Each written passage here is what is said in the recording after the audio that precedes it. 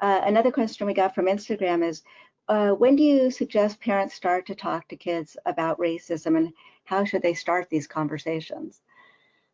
I saw that question. I loved it, right? Primarily because I work with kids, and this question comes up a lot. And I think the initial reaction a lot of parents have is that I don't want to scare my child. I don't want to increase their anxiety. I don't want to give them the parent worries of the world. And I totally understand that that is the position as a protector, as a provider that you want to sit in with your child. I also think it's important to understand that sometimes we want to be a part of helping our kids make that narrative, though, right? So if they're responsible at 7, 5, whatever age to make their own narrative, they're doing it with that developmental level and understanding, right? But when we can get involved in that process with them and join them, then we can have conversations and have an understanding of where they are. So I think the first thing is to really understand, what is your child thinking, right? Like, what does your child already know? Your child isn't existing in a vacuum, unaware of everything that's going on around them. They're watching you. They're hearing your podcast, your news stories. They see the things you talk about with your friends and your partner. And I think it's important to not underestimate that. And so I would first begin with some understanding and some discussion beginning around, what do you think about that? What have you heard? Like, as things kind of come up. I think there are a ton of resources out there related to different TV programs that you can watch with your child. Even Sesame Street put out something recently around how to talk to your kid about race, how to talk to them about racism. And I think those types of things are really good conversation starters, right? Books around things related to this are really good conversation starters.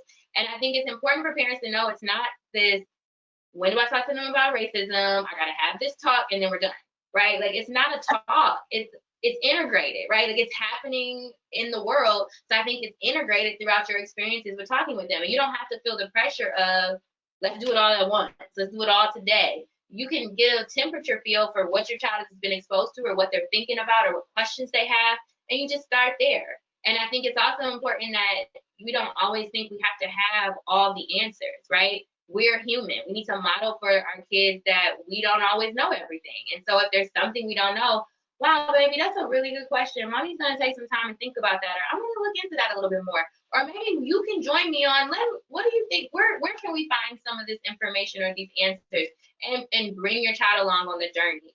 I think there's also, once, COVID passes, there's other creative ways. If you take, like, what are museums you can visit? What are projects you can have as like a family project to do related to important milestones or key things that are in your city? I think there's so many ways that you can have conversations about race and racism because it's happening, right? And so I think integrating, your child in a developmentally appropriate way, right?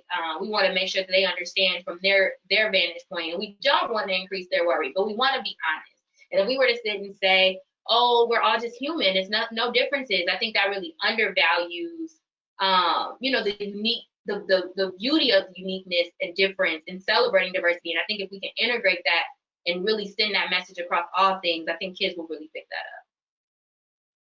I think that's important. I like what you said about it being an evolving conversation too, because as kids have experiences, whether they witness things or have things directly happen and impact them, they're going to have more questions, right? Or it's going to be a different question or a different set of, conversations that need to occur. If they're in a new setting, if they're around different peers, if they're watching TV or social media, and I like also that you said that they're not naive. They've heard things or they've seen things.